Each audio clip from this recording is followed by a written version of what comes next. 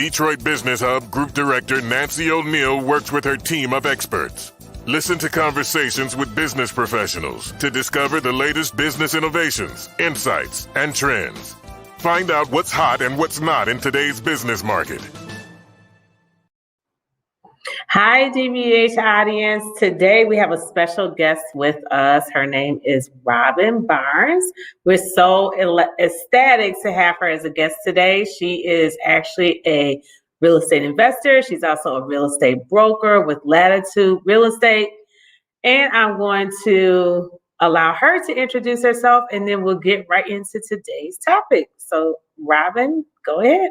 Hello, Nancy. Good evening. How are you?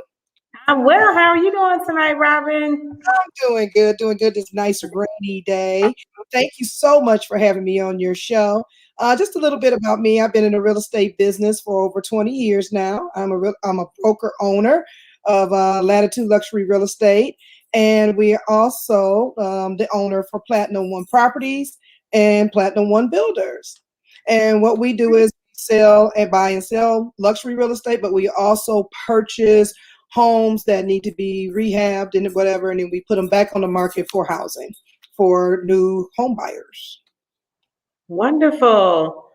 So, Robin, I know we met several years ago at Agreba, which is now currently Gedra. We actually just recently had Miss Wilson on, the current president of Gedra. So it was really interesting to interview her, and just wanted to get your perspective. I don't think she's as much into investment property as you are. So I just want to get your perspective on trends in investment properties right now, and find out what you can add as a value to our audience. So can you talk about the trends a little bit? Sure. I sure can. It's the trends are right now is a little locked because with investors is just not a lot of, we have to have property. So it's not a lot of property out there to purchase, and because of COVID, and we have a lot of moratoriums that are still, they may be going or they may just be ending. So people are still in the homes, and so if the landlords wanted to sell or wanted to get new renters in or wanted to do any rehab into their homes, anything like that, they're kind of stagnant until we kind of get through that whole process. So I do believe that I know out here in Oakland County, we've been out of our moratorium for rentals. But there's still, like I said, if there's people who are backed up, things of that nature, the courts and everything is working with those renters so that we can make sure they have somewhere to stay. Maybe they can work something out with their landlords and things of that nature because of the whole COVID thing. So things are a little bit stagnant. You have investors that are like, oh my God, I have nothing to buy, something I want to do. And it's a great market right now. So if you did have something, I mean, there's a huge rental market out there, which never really ended. It's always been steady. But now it's even more steady because we do have more renters that are probably going to be looking in the near future. And if we don't have enough housing for enough renters, then that could cause a little bit of a problem. Right. So when you say investment real estate, do you mean commercial real estate, or is it still residential? That's residential. Commercial is hot. It's still going, but yet and still, if some of those rental entities are locked into different commercial contracts. So it's pretty much the same thing as it is with residential. A lot of things has kind of slowed down because of COVID. So you may be in a rental situation on a commercial end, but you may not be able to get out of it right now, or that renter may be in a situation commercially, and they may need to move. And depending on if they have somewhere to go, that'll be the issue there. So everything is kind of slow locked up as far as in the investment game right now. But that's pretty much everywhere. The hottest thing that's going right now is residential. Oh, okay. So that's really what you're pushing and promoting in as your brokerage is residential. I'm doing a little bit of both. A lot of the people that I deal with, we've been, commercial deals go a long time. So we're just kind of working those same deals. But as far as doing a whole lot of commercial right now, a whole lot of investor from the residential and commercial side, both of them are kind of stagnant, not unless you're doing buy and sell, which is what I mean by residential. If you're buying and selling, you're doing market value properties, then that's moving. But only if people is moving because people want to buy, not because we have so much inventory to sell. So it's still a little bit, like I said, is everything is kind of tied up right now because just things are just not moving quickly. It's beginning to open up, but around all three bases of commercial investor and regular buy and sell market rate homes and commercial properties, but it's just slow. Okay. Do you have any updates on when you expect an increase or when you expect the market to start to go back up? The market is going to be hot as soon as everything is hot right now. Whenever there's a shortage of supply and a need and demand, and that's in both markets, both commercial and residential, it's the time to sell. I mean, for those sellers or for those landlords, this is the time. I mean, because everybody needs. So that's just a typical economics thing. Yeah, economics 101, right? Supply and demand. Right. I tell everybody, listen, this thing is not so far-fetched. It's basically supply and demand. And that's how it goes in real estate. That's how it goes in agriculture. That's how it goes across the whole gamut. It got to be a supply and demand. When there's too much supply and not enough demand, your interest rates go up. When there's too much demand and not enough supply, your interest rates usually go down. So it's just a basis of how things work in capitalism. Right. Why do you think that the inventory stock is so low right now? Why don't you think more people are moving? Well, like I said, for right now, since 2020 and this year, I say 2021, basically COVID, because we couldn't move. A lot of things we could not do at the beginning of last year during COVID. So, people didn't want to move, fear of, just moving. A lot of monies were locked down on the commercial end. During a pandemic, you definitely don't want to, liquidate all your assets. That's not when you're trying to spend a lot because you don't know what's out there, what's going to happen. So a lot of investors was like, okay, let me just hold on and see where this go. Right. So that's a logical way to do things. As far as on the residential side, people were just scared. I mean, they didn't want to sell. It was actually in 2019, the pricing was amazing. I mean, if you were selling in the market, I mean, you were getting asking and sometimes over asking in 2019 and at the beginning of 2020. But once COVID hit, now we're seeing people who are putting in offers on homes, and this is residential side. We are seeing people putting offers on home 106 up to 60 to 160,000 over asking price. Oh wow! So I tell people, hey, if you want to sell, good. Get out now. Yeah, I mean, sell your house because we will sell it. I'm telling you. I mean, pretty much what the seller is asking for, that's what they're getting and over. And then also, what's really amazing, Nancy, is the appraisals are going for that too. So, that is shocking. Yeah, I mean, so it's just like if I say I got this deal, it's like the appraiser looking at it and say, "Hey, it goes." And even if it don't, when we say guarantee, even if your appraisal doesn't come in, if I'm saying I'm gonna give you 60 grand over asking without a guarantee, then that means if your appraisal doesn't come in, then I'm gonna give you your 60 grand regardless. Yeah, I never even heard of a market like that before. Crazy. I see people like that really, really have to have that house. You're right. That's that supply, girl. When it's out, it's so funny because what we say in economics is that when there's no candy to buy, it seems to be a ton of children. Candy.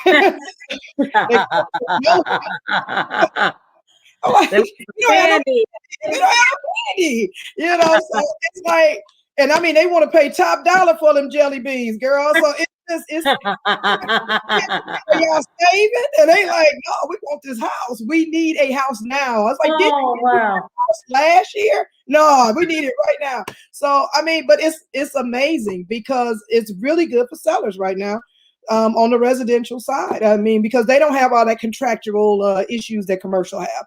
So they have the options of doing whatever. I mean, we're selling houses, like I said, 60K guaranteed over and above asking in 2 or 3 days. People are having 20, 25 people at a open house the first day. Oh, wow. For a total, I just talked to an agent. We were at actually the DAC last night, and she was telling me she did an open house the first day. She had 35 people there. Oh my goodness! Oh wow! And a total of 60 some people came to her 2-day event. So she had about 30 some people a day. Yeah, just for an open house too. Usually, if you have that many people looking at it, then you're probably, she probably got 2 or 3 offers just from the open house alone. Oh, girl, as long as they were pre-qualified. No, she had 5 offers sight unseen. Oh my goodness! So she's definitely in multiple offers.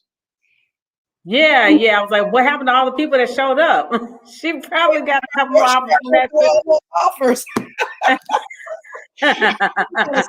All the offers, I'm sure. I know her and the seller like, oh goodness. But that's just how hot it is. The market is hot for residential right now. That's good to hear. I like hearing things about, anything that helps Detroit and surrounding suburbs continue to grow and make a comeback. I'm really excited about. I mean, some suburbs in Michigan were never really affected, but others were, depending on how close, they were to Detroit. So that's always good news to hear. Mm-hmm. So it sounds like you've evolved leaps and bounds since we initially met with Akriba. Were you a broker back then, or is this something that's happened recently? Oh, no, I have been a real estate agent for 12 years. And then for the last few, I've been a broker. So we have, I was an associate broker. And then I decided my broker kept saying, Robin, you could do this thing. You could do it. And so I took him on his word and I tried it and it worked. So I've been doing it, because I was always in different parts. I tell people, because I'm a Flint native. So I tell people when I was in Flint, I was flipping houses, doing investment homes then. So I was very familiar with investing homes, property, land, dealing with commercial. I was very familiar with it. So when I moved to Detroit and actually decided, I'm gonna get my license. I think I want to try to do the luxury thing and all that. It worked out because I was already doing it. It's just a matter of just kind of making a couple of tweaks, for luxury. And so it just always worked out. So Latitude has been around since 2012. So it's been around. Mm-hmm. Do you have partners or agents that are working out of your office? I mean, what's your structure? My structure is basically I hire already seasoned agents. We had the office downtown, but because my agents are seasoned, we do everything. You can do it from home. You can do it from whatever, just as long as we get most of the paperwork. They can email it to me. We have Dropbox folders, stuff like that. So yes, for the residential luxury side, that's what I have. For the investor side, I'm more. I do have a whole team that works with me for that. So I have people that change the locks. I have people that does the pictures. I have people and we have that for luxury too. But when you get into the investment side, I have people that takes the pictures of different buildings, because we only don't do in commercial just the luxury buildings. We also do a lot of buildings that are dilapidated, things of that nature. We sell and get those out to investors. So to see what exactly, do they want to purchase them and things of that nature, rehab them, do them. So we do that. So I have a whole team of builders and things of that nature. And then for the rehab projects, though I am licensed builder, I just basically do the project managing. And so just make sure things is the way. I do all the decorating, I guess you can say. Okay, you do the fun stuff.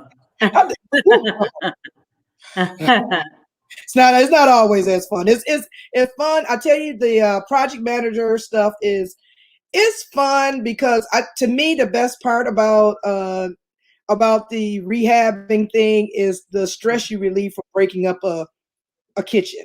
I mean, that's just a stress reliever for me. And to do that stuff is fun. But when you have to put that house back together, it can be tedious depending on the size. But Right. working together with them and getting it done, we are like a cohesive group. We do well. We always meet our deadlines. So we're just a good team. So we work good together. So we look forward to doing projects. Okay. So how did you get interested in the building aspect once you were already a realtor, you became a broker, did building come after that, or when did Build, that licensure take place? because actually I just recently got that. So Okay, congrats on that. yeah, but I've always, because most of my projects are mine that I purchase as far as residential homes that I purchase through investors, or I purchase from investors, or if it's something I see myself that I want, I purchase it myself and then I rehab it. So because it's Okay. mine, I don't have to have the license. I just have to make sure the work is certified through the cities. Well, so if I'm in Oakland County, I have to make sure that it goes through the permits and Like everything. the inspections and things like that. Stuff like Okay. that. Yeah, so you had mentioned before you were flipping houses in Flint. Do you still flip houses today, or are you mostly doing the rehab work to rent the houses out?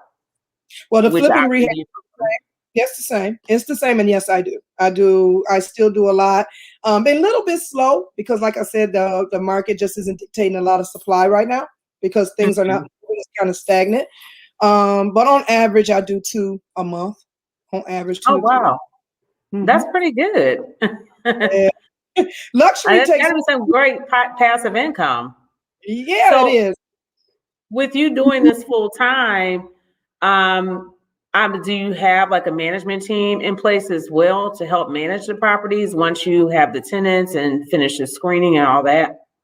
Now, if I was into rental, I would definitely have one. But I have not started renting any of my houses here because people want to buy them as soon as I get Oh, done. good. Also, I have been doing flipping for probably about 2 or 3, I'll say about 4 years now.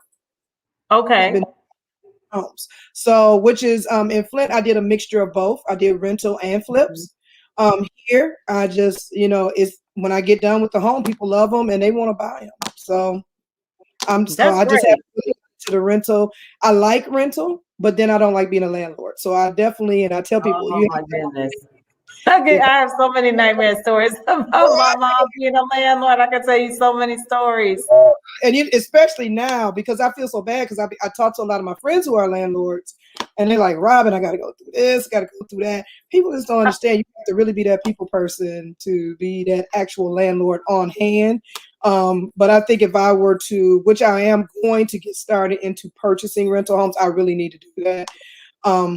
Yeah, I'm getting too much of a thrill from flipping a house. I love it. I would love to do that full time. It's like, I mean, if you can buy it, I mean, if you can sell it, why rent it out? It just makes sense to me, from like a financial point. I mean, I know you want that steady long-term income, but right now with COVID and, thanks to our current and last president, they're giving a lot of tenants a pass on paying rent anyway. So it's like, what is the point?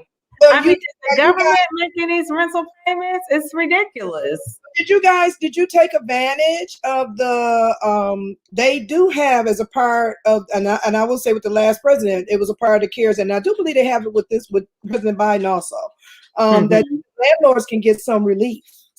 That's So, what I was that was my next question. Thankfully, the tenants that we have right now have been employed the entire time during this process. So they are going to be paying rent, but I could just imagine some of what landlords are going through now with a lot of tenants not paying rent because they don't have to. They can just say, "Hey, I'm unemployed," and that's one thing our tenant said. I was like, "Yeah, you can't even try that with us." It's like, we know both of you are still working a job. That's not going to work. well, you'll pay. Yeah, you are going to pay your bills.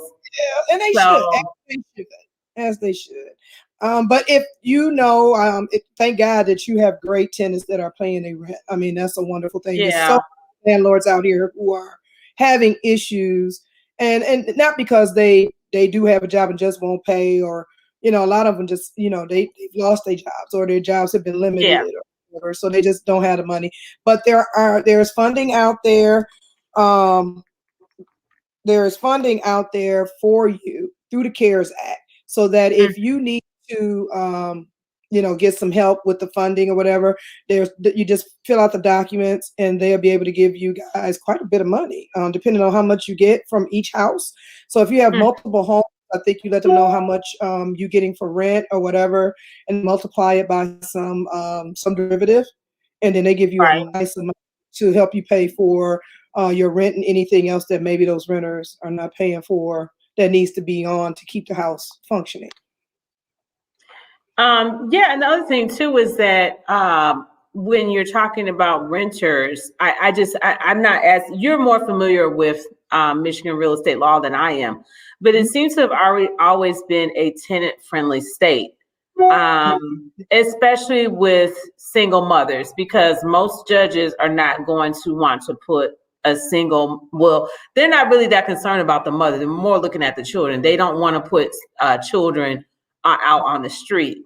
So it puts the landlord in a really awkward position or uncomfortable position, where basically the judge is telling you, hey, you almost, they go through almost any extent possible before they actually evict the tenant. And you're sitting here as the homeowner, like, my house is about to go into foreclosure. It's like some landlords are depending on those funds to pay their own mortgage. And to me, it just seems like it's really unfair that it's almost like you're being penalized because you own property. It just doesn't seem like you're getting a fair deal. It is. Michigan is, because I'm also on the board with Greater Metropolitan Association of Realtors, which is one of the biggest in the state boards. But it is. Michigan is a family-oriented state on every level. It's not just real estate; it's in every level. They're going to always think about the family first, the kids first, things of that nature. So from a landlord state of view, you're going to run into that. Even before COVID, you would hear horror stories from landlords just trying to evict with people who haven't paid in months, so, and your heart just cries out, because it's just like, okay, you guys, we understand that it's a family involved, but this is a business, Absolutely. And that's what I'm getting to. It's a business. Right. And it's like business, you need sales. Without any sales, there is no business. It's just ridiculous. It is. And I feel, a lot of times I've, talked to some of my different landlords, helped them get through some situations, gave them some verbiage that they can put into their contracts. So that it makes it a little bit more clear cut. So if you do have to take them to court, you can say, okay, well, it's right here. And, we'll give them another 30 days or something, but it's right here. Okay. But it had, especially 36th district, it's been known. And, I love my judges down there, but it has been known for, for them to hold my peoples out, and, for another 30 days and another 30 days. Don't let it get cold. Right. And then you got to set these court days. You have to pay these court. And I'm like, you're continually incurring more and more costs while somebody else is living in your property for free. Like I said, you're the one, if you take them to court, then you're the one that has to pay for the court filing fees. You're the one who has to pay, God forbid you need an attorney. It's almost like a wash. It's like, are you really making a profit after you pay for all of these fees? Right. And it takes the landlord away from what they're good at doing, which is purchasing homes, fixing them up, and getting rid of them. It takes you away from that. So there's also a thing called time that just it's priceless. So the time that you're down at the courthouse at 9, when they don't really get a bad tenant out that won't leave. 1:30, so it's understandable. We just got in Michigan, being in Midwest, you're dealing with the family orientation. You're dealing with the seasons, because you may can get them out a little bit faster in the summer, but once you start hitting fall and winter, they start backing out because they don't want those kids, they don't want that family out in the street in the cold. And then the landlord feel bad, well, I don't want to put them out in the cold. Okay, then you let them stay for Christmas. Okay, it's Christmas. You got kids, you got Christmas. It's just rough. It's a different type of beast here. I tell people that, I'm a contract individual. And I tell you, when I do decide to go back into rental, I will definitely have a management company to deal with all that, because the key to it is, especially if you're going to have enough property so that that's another form of income that can pay anything in case something happens. You got that money coming in. You definitely want to have your contracts so that if something happens, that it states clearly there, and have them to initial that part. A lot of things is contractual. And if you have a good team, you got a management team, we as a broker, I always keep an attorney on retainer. I suggest that if you're a landlord that have more than 5 properties, you probably do want to have one on a retainer. I tell any business person, an attorney and a CPA is 2 things that are invaluable to you. Okay, if you need to have an audit, that CPA gonna be able to get that for them instantly. If you need to, go to court, that attorney is going to be there for you instantly. So it just makes your life easier. Okay. And if you got a management team in between all 3 of them, it's like a good, it's like a good Apple house. Your iMac talks to your iPhone, which talks to your iPad. So everybody just all in talking to each other. So when you go to court, it just makes it easy. And a lot of times the landlord doesn't even have to show up, because the people that are there can speak on behalf of the landlord. And all you do is just get the progress reports back from it. So that always works. Yeah, there's a lot of money. You may have to spend more money. Yeah, but in the long run, like I said, time is priceless. You can be out doing what you're doing, putting somebody in. So the money you spent on them going to do that, you done just made it off your first month and a half rent and the security. Right. So you got to kind of look at the pros and cons. But yeah, Michigan is different. Contract tight is what I always push. That'll help you a lot more in court than a lot of people take the leases and stuff off of, like the MLS, we have leases, but they're vague. I have my own lease that my attorney, put together for me. So yeah, we took a lot of the verbiage out, but then we also made it very strict. So if I ever decided to lease out something, that'll be the one I would use. So yeah, I think you can even buy the little application things like at Staples. I mean, they have a whole bunch of template made, applications,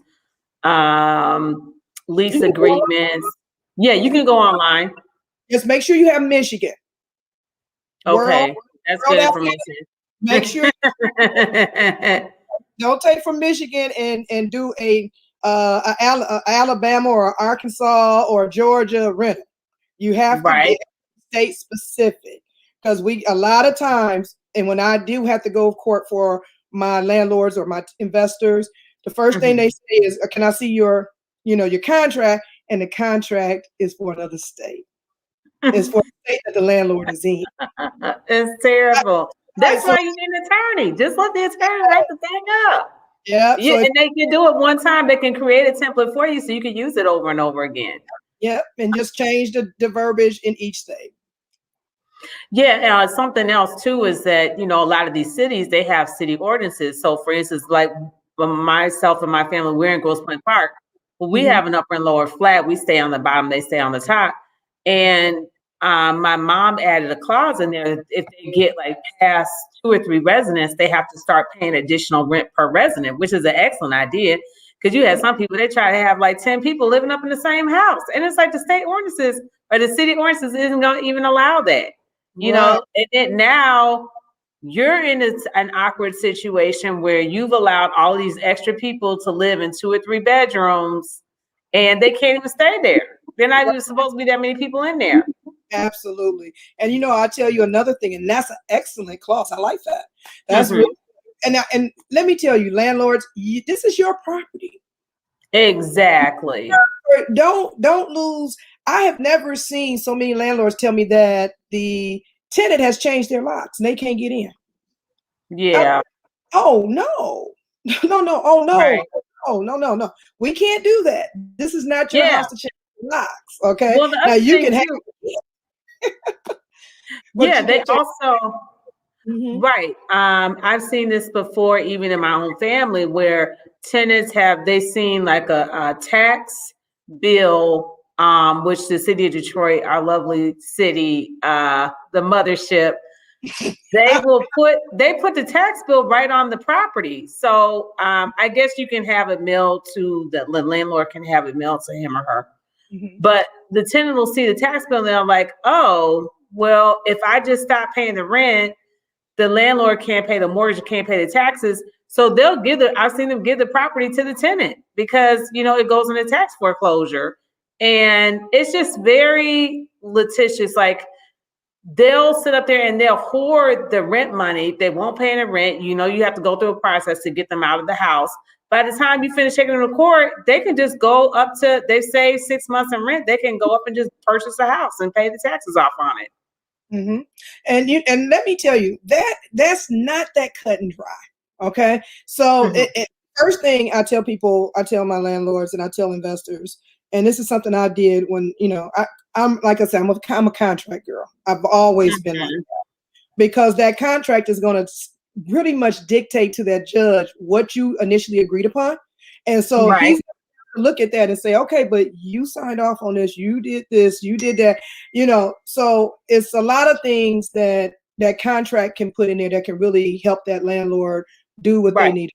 But also, I'm a stickler for going to see my property, inspect my properties. Okay.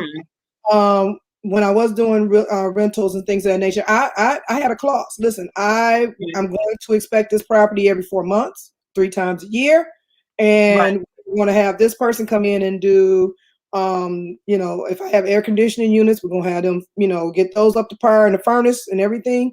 We're going to make sure the water and sewage is done, and I'm doing that. We're going to do scopes, because just general maintenance. Right, because something that's notorious in Detroit is that people just feel like they can flush everything. You can't flush everything. Okay, you can't flush everything. So, but also it needs to be that you have a clause in there that's saying that if after a certain amount of money that you do understand that you have to leave. At that point, I will only give you 30 days. All right, leave at that time. And then when they do get behind, even if you don't put that individual out, keep sending them letters. Take them from the 7-day notice to the this notice to the 30-day notice. You keep sending, and I tell another thing that you want to do is when you start sending your notices out, make sure you rather make them sign for them or make somebody sign for them. Okay, and make sure that you get a return receipt. And that lets you know that they got it. Because what a lot of landlords do, they don't do that, and they go into court and say, well, I think they got it. No, you need to make sure. Okay. Right.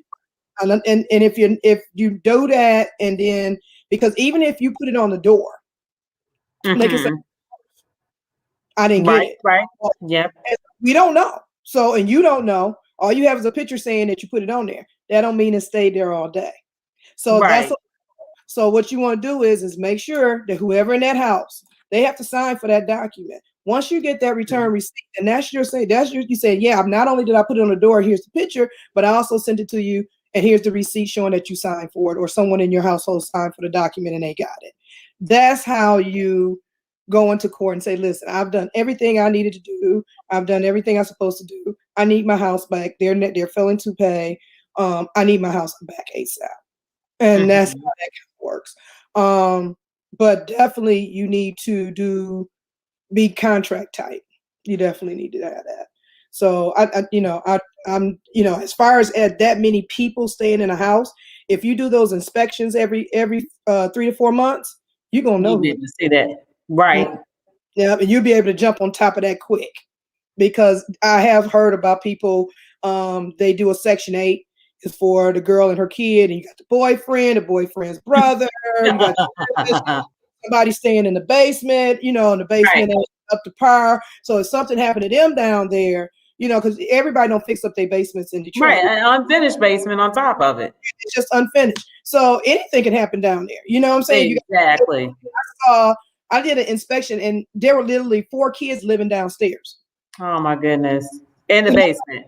In the basement. So I'm like, okay, and it kept, TV set up, but it's unfinished, so no, that's not the living area. That wasn't what this is for. Okay. Right.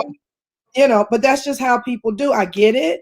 But all those things need to be stipulated in your contract. And that's why I say a lot of times you get the contracts, you get the contract packs, that's fine. Make sure it's for that state, but also go through and have a checklist of everything that if you were a tenant, what you would want your landlord to do for you. That's my key thing. Landlords should think about it in this way. If I was a tenant, what would I want my landlord to do for me? I would want them to check that furnace to make sure in the wintertime it don't go out. I would want them to check to make sure that the sewage doesn't back up because one of my kids has done something dumb. Okay, so I would want them to do that. I would want them, there's certain things I would want them to do. And then you also think about, this is what I would want them to do if I was a renter, and this is what I want them to do because I am a landlord and because it's my house. Okay, and I need to be able to get it.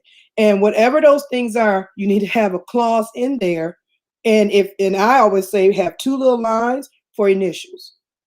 Okay. Not one signature. Have 2 little lines for initials. And after they sign that, you go through and you also have them sign a document saying that you totally understand everything that I went through this with you, the lease with you. You totally understand. These are your initials and your signature. And you totally understand everything. You're in your right mind and everything else. And this is what you understand. You signed the document with a sound mind. Girl, we get crazy on you. Yeah. So if someone wants to get interested in starting in investments, what are your recommendations or suggestions? Do they just go out and get like a 2 or 3K loan? What do they need to do? Do you recommend that they start small with maybe one house and like try to rent it out or flip it? How do you think someone should get started with investing? I think because there's so many, like we've talked about a lot of different facets of real estate and investment. Right. And you got to figure out what you want to do. If you want to do long-term wealth building, then I say on a residential side, non-commercial, I would say definitely do rentals. Start off small, get a small home, and start getting money from there. Once you start getting money from there, go get another one. If you can pay for cash, okay? I say do cash. That means all the money's coming in. That's just money. That's gravy. That's all yours. You don't have to worry about a mortgage. They do have mortgages now that you can get that if you want to have multiple rental homes. Those are now available. Okay. Oh, okay. Yep, they have those. Now I know the lender that I work with for a lot of my investments and some of my hard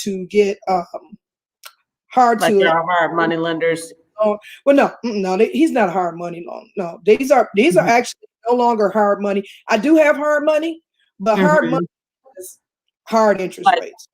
So know when you get a hard money, that the key to hard money is to pay it back as fast as possible.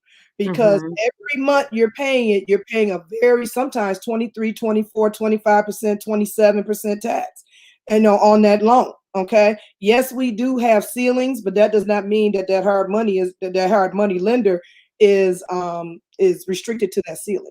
Okay. So gotcha. Hard money is something you get and get out of. Okay. That's how you want to do hard money. If you have the cash to, you guys listen, you're getting these stimulus checks. Cash is king. PP. All right, everybody getting your PP. Everybody wants cash. Great, thank you. Back up off them crab legs and all that and start buy you a house. Get you something going. And I'm gonna tell you, you don't need a management team for the first 2 or 3 houses. You can do that. What I would do is get the houses and get people in the first house, get somebody in the second. But before you do any of that, get the house at a good price, get it up to code, get it ready. Go, you got to do your lead base, all that kind of stuff. So, you got to do all that, get it ready. I tell people, listen, Section 8 has had a waiting list in Detroit forever. Okay. It's going to be still now. Let me tell you, during the pandemic, who got paid? Section 8 landlords. Landlords who had Section 8. They check came in like clockwork. It never stopped. Okay. Now they were happy. Okay. Of course. Yes. So why not? Let's do this easy. Don't make making money hard. Okay. Get your Section 8 individual or family and work with them. That is the best. No matter what happens in the world today, Section 8 will always pay. Okay. I know it's a rhyme, but that's what it is. No matter what. Well, it's the government. So hey, that's what the number 1 or 2 employer in the country. Girl, it's dropping in your check like clockwork the first of the month. And let me tell you, that's what you want. That's exactly. Just make your job easy. Then when you get more experience like yourself, Nancy, and you're more familiar with your contracts and you've been doing this game a long time, then you can start, doing homes that you can say, okay, I'm gonna go by your income-based homes. And then because at this point how to, or you've been around enough other landlords to know who to use if you have to garnish the check, how to go to court, all that kind of stuff. Okay. So it just works out better like that. A bad misconception is, Section 8 tear up your house. If your contract is tight and you're going in there doing them inspections, you're going to catch all that up front. And you could tell Section 8 that they are tearing up your house, and they will talk to those people about, listen, we're going to put you out. We're going to take this, take you out this person's house if you don't treat it right. All right. Okay. And a lot of people don't know that. Okay. But there is enough people. You talking about supply and demand. It's a lot of supply and demand for Section 8. So if you're getting started, I suggest let those be your first homes. Get something nice, try to pay with cash. And, like I said, it's enough PPP money and stuff running around here. That is no reason why you shouldn't be able to at least get a little something started, put some nice paint on there.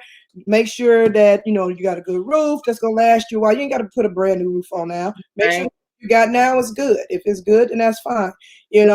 Trip hazards and stuff is good.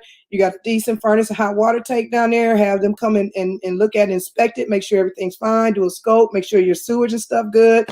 Put some nice paint on the inside. Do the floors. If you got old carpet, pull that carpet up. Don't go and buy a floor. Get somebody to come in and do that floor for you.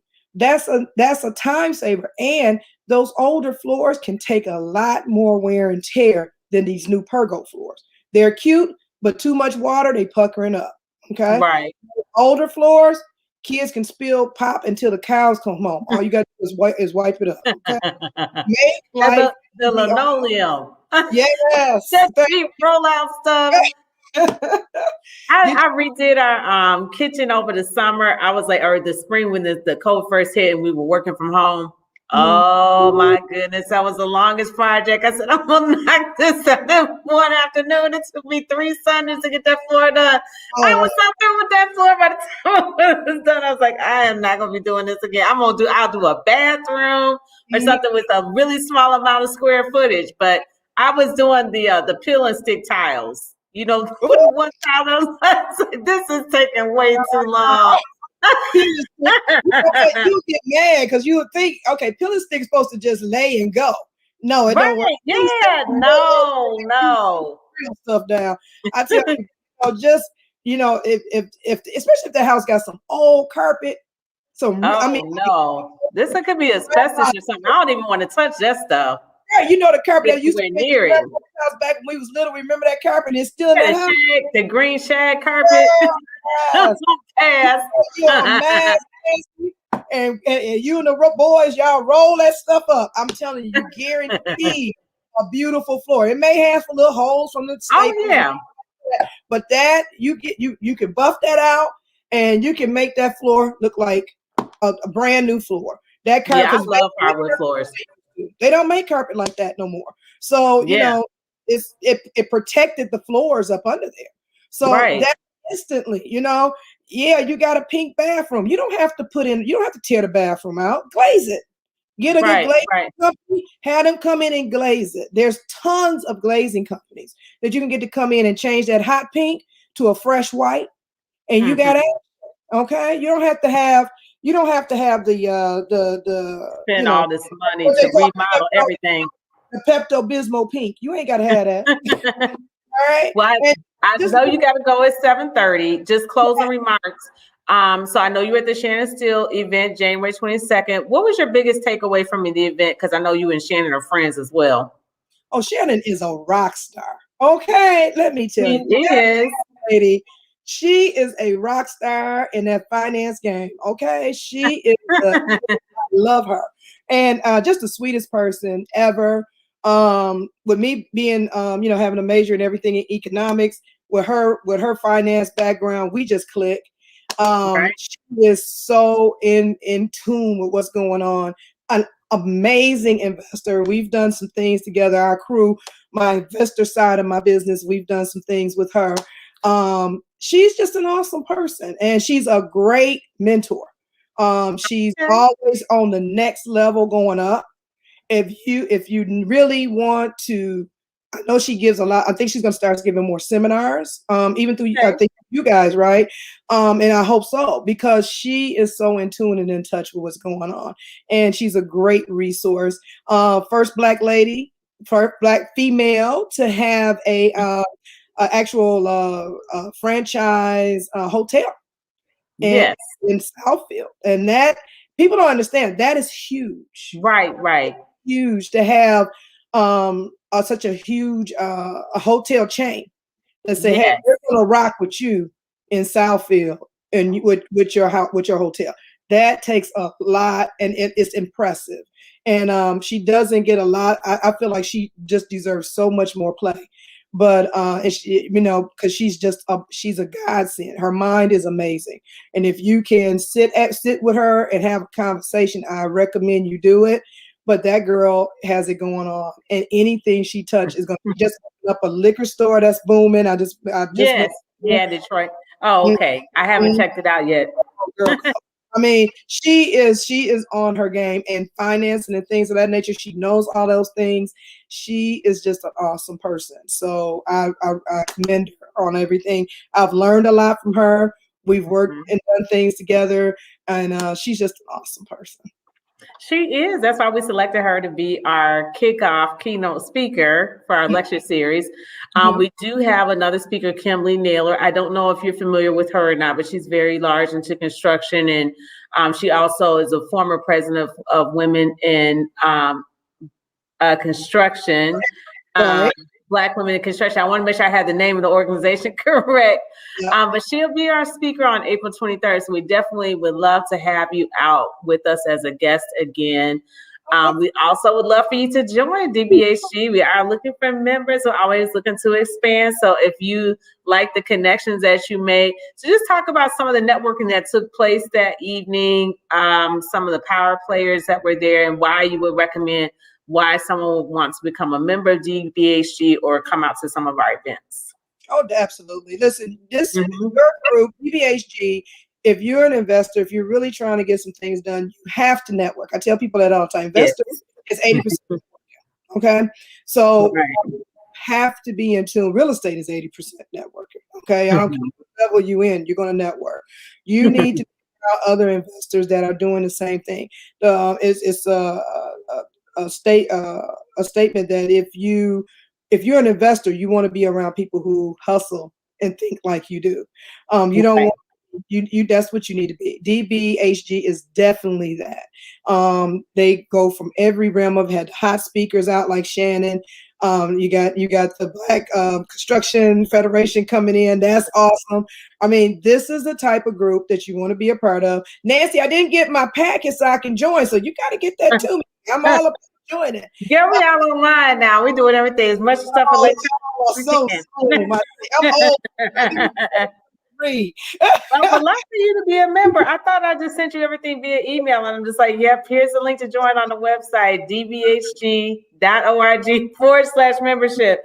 Because I was about to gag. I sent invitations out for the Shannon Steel event, and I was just working on our quarterly report and saw how much money I spent on postage and the invitations. It's like, oh yeah, we're not doing this again. Right, but the way we did it, because Shannon invited me, and then she gave me a link to go into, and then we ended up going through a link and calling somebody. I think that because we always have to call each other and be like, "What you doing? What you doing?"